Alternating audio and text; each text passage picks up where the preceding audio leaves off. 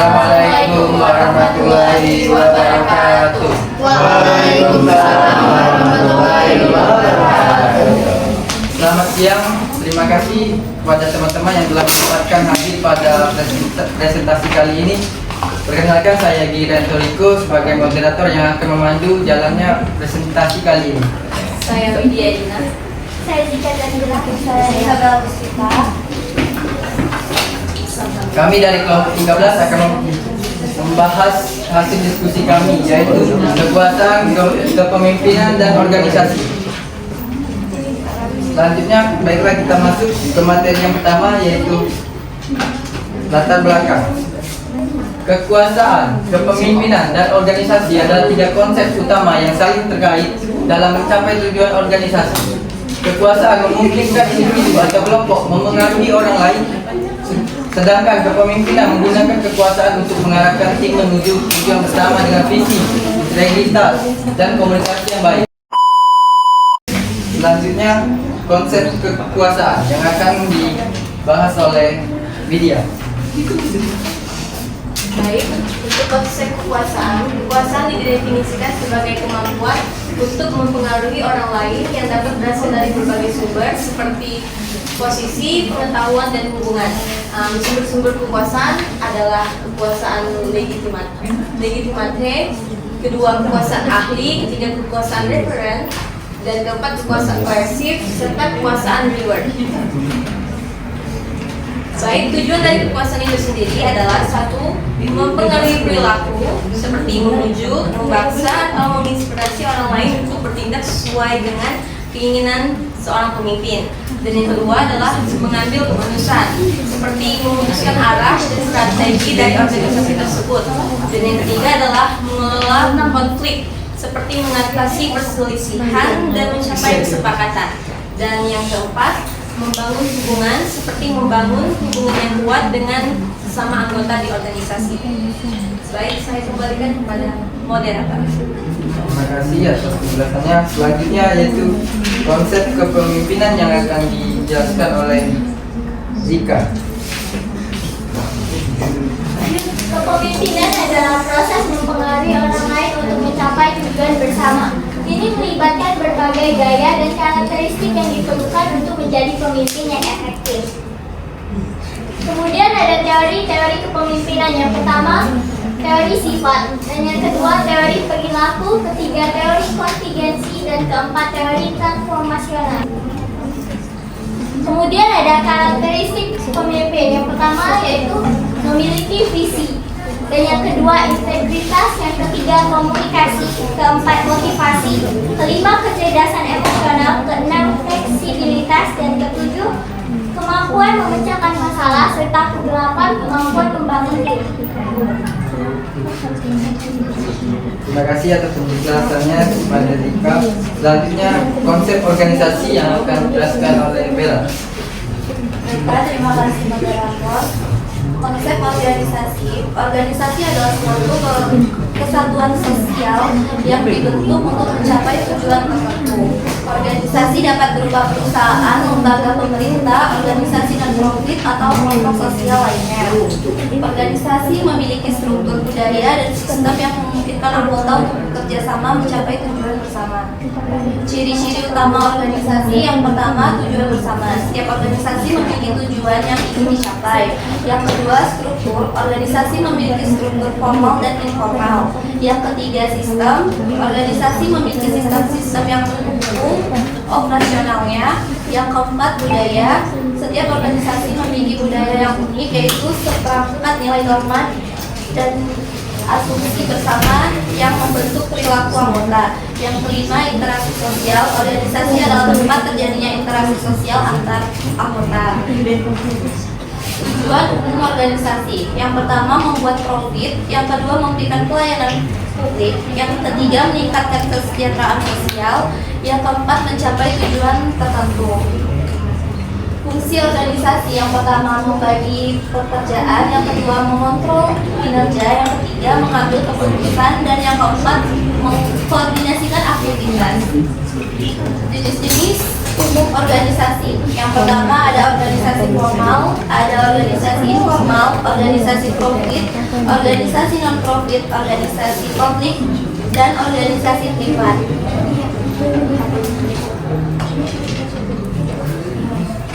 Hubungan antara kekuasaan dan kepemimpinan dalam organisasi. Kekuasaan dan kepemimpinan adalah dua konsep yang saling terkait namun berbeda dalam konteks organisasi. Keduanya memiliki peran penting dalam dinamika organisasi, namun cara mereka bekerja dan dampaknya berbeda. Hubungan antara keduanya dapat dijelaskan sebagai berikut. 1. Kekuasaan sebagai alat kepemimpinan. 2. Kepemimpinan sebagai legitimasi kekuasaan. Yang ketiga, kekuasaan yang tidak selalu sama dengan kepemimpinan. Yang keempat, kepemimpinan yang efektif membutuhkan kekuasaan.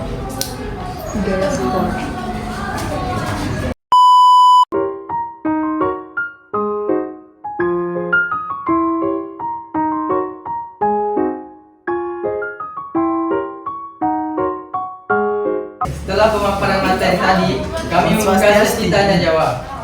Bagi yang ingin bertanya, kami persilakan dalam hitungan ketiga. 1, 2, 3.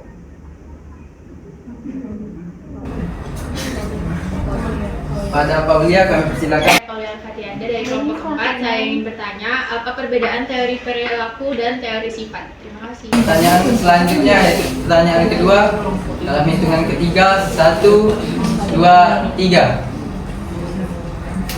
Kurnia. Pada Kurnia kami persilakan.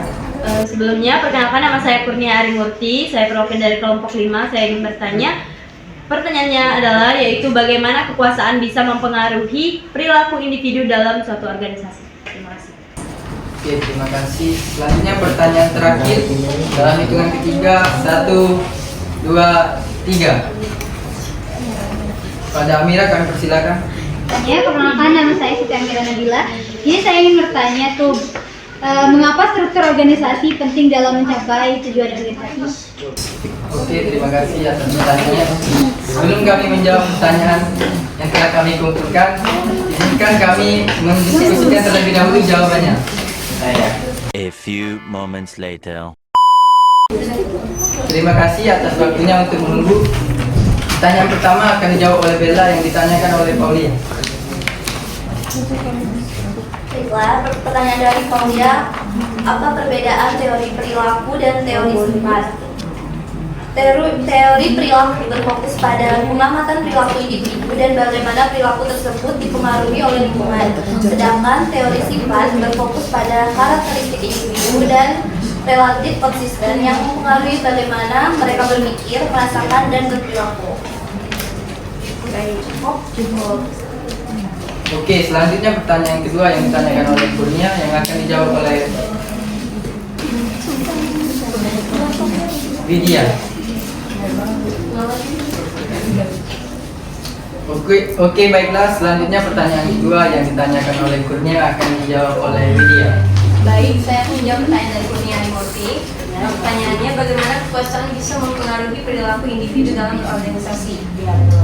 Jadi jawabannya adalah kekuasaan dalam organisasi itu memberikan pengaruh signifikan terhadap perilaku individu karena adanya otoritas yang dimiliki oleh pemegang kekuasaan untuk memberikan perintah atau mengarahkan anggota organisasi.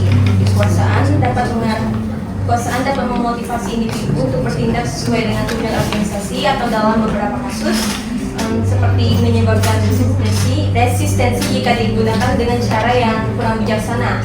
Jenis kekuasaan seperti ini adalah kekuasaan posisi atau otoritas formal dan kekuasaan personal seperti pengaruh berdasarkan kepercayaan. Dan ini menentukan cara anggota berinteraksi dan merespon kebijakan atau instruksi yang diberikan.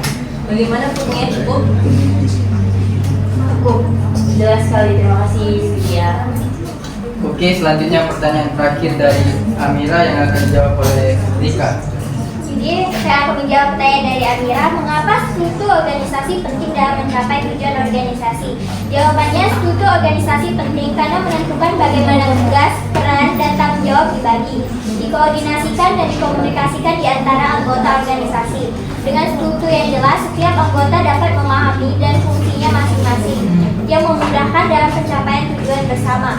Struktur yang baik juga membantu dalam pengambilan keputusan, alur komunikasi yang efektif, dan meminimalisir konflik atau kebingungan di dalam organisasi.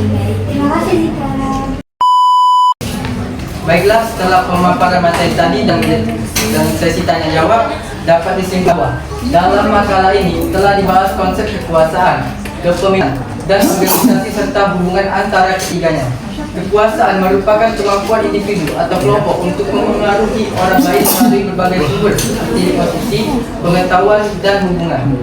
Kepemimpinan di sisi lain melibatkan proses memotivasi dan memengaruhi orang lain untuk mencapai tujuan bersama.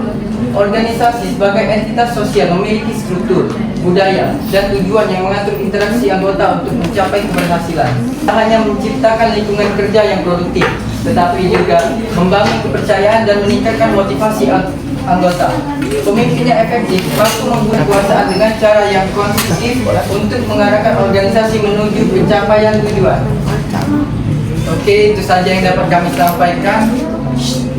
Saya akhiri, wabillahi taufiq wal hidayah. Wassalamualaikum warahmatullahi wabarakatuh. Waalaikumsalam.